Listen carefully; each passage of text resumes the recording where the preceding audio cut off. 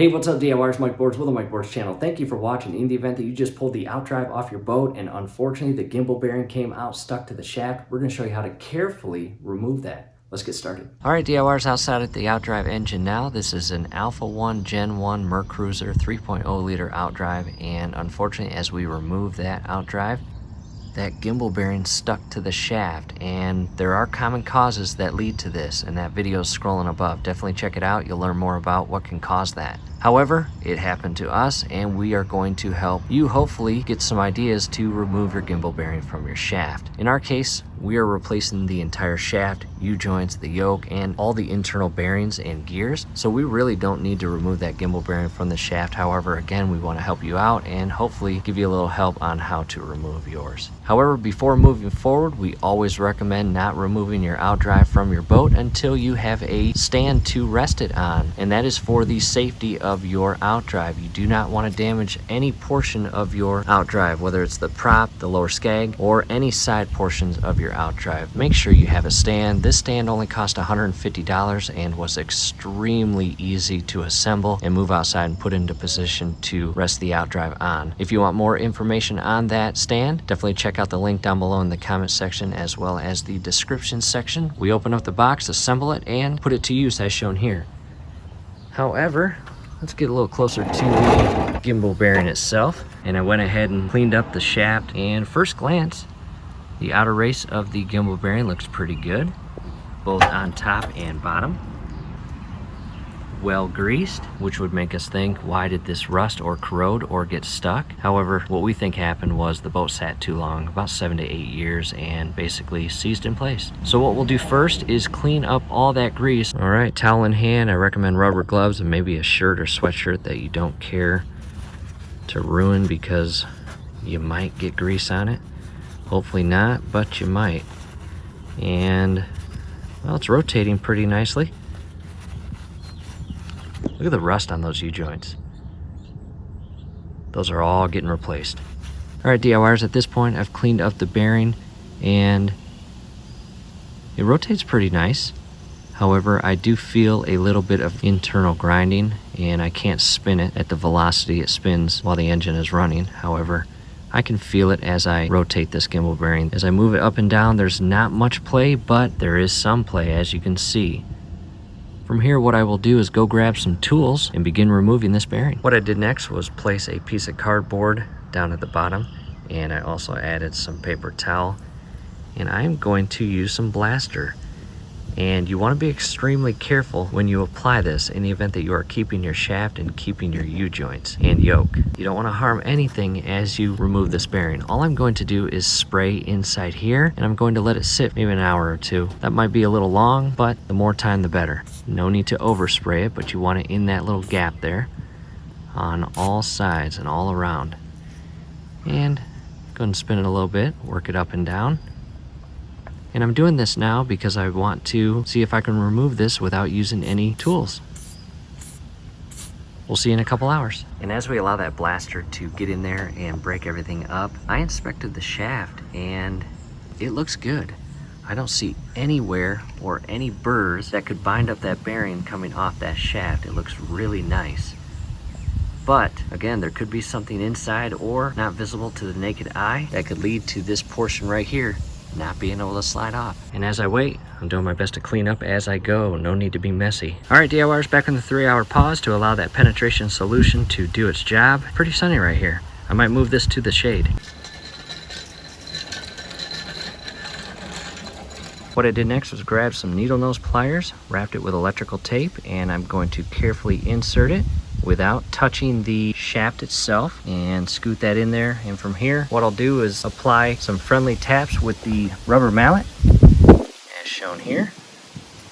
And chances are, as we do this, the outer portion of the bearing will separate and come off, and we'll be left with that internal part that's seized to the shaft. In the event that that happens to you, make sure you have a smile on your face because something happened that we knew was going to happen.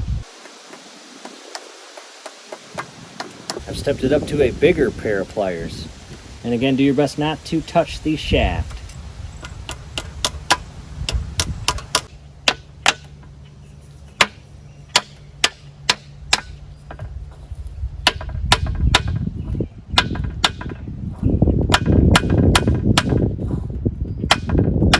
this point, with it not budging, not even the slightest bit, hopefully you are having as much fun as I am. I grabbed this little saw, less than $10 I purchased, and I will post that link down below in the comment section as well as the description section. I'm going to saw this outer portion of the bearing off and basically just work my way in.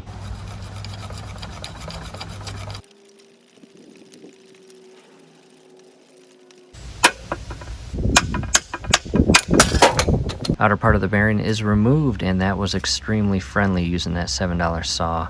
Cut right through it.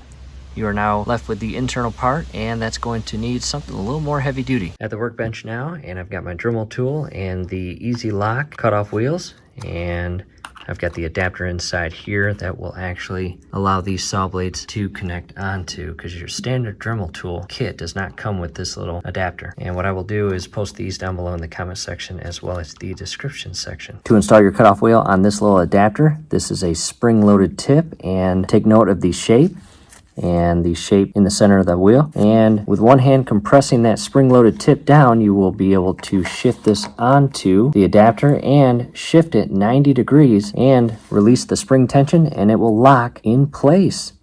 And from here, we'll just lock this portion inside our Dremel tool. Prior to doing that, just verify you've got the right side up. You can see this side up. Before we use the Dremel tool to cut through that portion of the bearing, I have used plastic bags, and I have covered the entire shaft and U-joints, and I recommend doing this before even cutting the outer portion that we cut away shortly ago. And that is to alleviate metal shavings from getting into your U-joint as well as shaft, because down here is a lot of grease at your spline area, and you do not want metal shavings inside that spline. Oh, that would not be good at all. Everything's plugged in, ready to go. Wear safety glasses. No need to do it in an unsafe manner. And go slow, no need to rush it. We are going to cut through this portion all the way until about halfway through that inner piece that is seized to the shaft. Again, you do not want to cut or score or scratch the shaft. If you do that, lights out, game over. You need to replace your shaft, and that might not be a bad idea. Get a new shaft, brand new U-joints, new bearing, etc.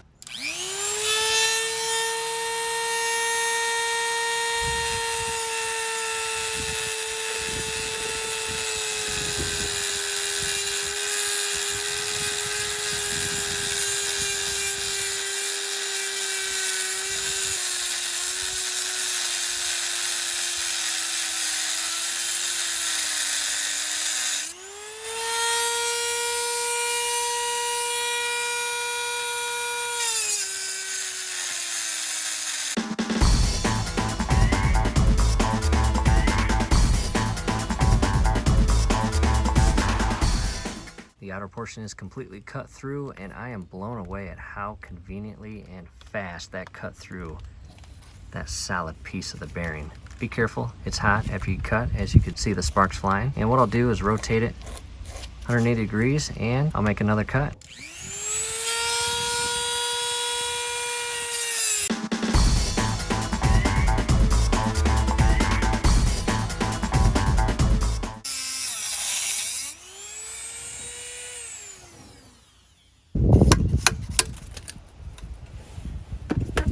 And there are all the ball bearings. And again, be careful, these parts will be hot. Close up of where we are right now, and you may be able to just pry this portion off with a flathead screwdriver.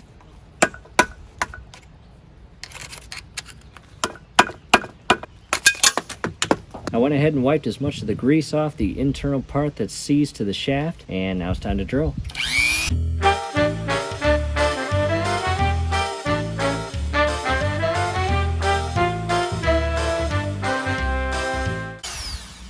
And as you can see, the cutting wheel cuts right through this part. That's impressive. Every so often, I highly recommend checking how deep you have currently cut. Do not cut all the way through it. You want just a hair shy. And once you reach that depth, 180 degrees, and cut the other side. Both sides are drilled and the depth is right where I want it. I'm going to grab a flathead screwdriver and just carefully tap. And hopefully I'll be able to split the two parts apart. There we go. There's one half. All right, DIYers, I've removed the plastic bags, and I am completely shocked at how friendly that was to come off using the tools that I did. And I only used one cutting wheel. As you can see, it's not in the best condition after that job. However, I did not go through 10 cutting wheels. And here is all the parts. And this is the part that was seized. I'm not sure why. There's no rust, there's no corrosion. It's well greased. However, there could have been a burr of some sort restricting it from moving or shifting off the actual shaft. And here are 2 rubber O-rings that will need to be replaced in the event that you are not replacing your entire shaft and U-joints. That is part of the seal kit that you buy when doing this project. So that is it. That's what I wanted to show you in this video. Hopefully this helps. Do us a favor, below the video you will see that thumbs up icon. Click on that, like the video, subscribe to the channel. Definitely ring your YouTube bell. That would be very helpful to us. We would really appreciate it. And again, the right tools will get the job done in such a friendly manner. To the opposite side, and not bad at all. And again, if you hit that shaft, lights out, game over. Time to replace this entire shaft and yoke. And if you do that, hey, we got you covered. Check out the link scrolling above. It'll take you right to the next video where we begin to rebuild this entire upper case. And one of those steps is removing this entire U-joint, assembly, and shaft.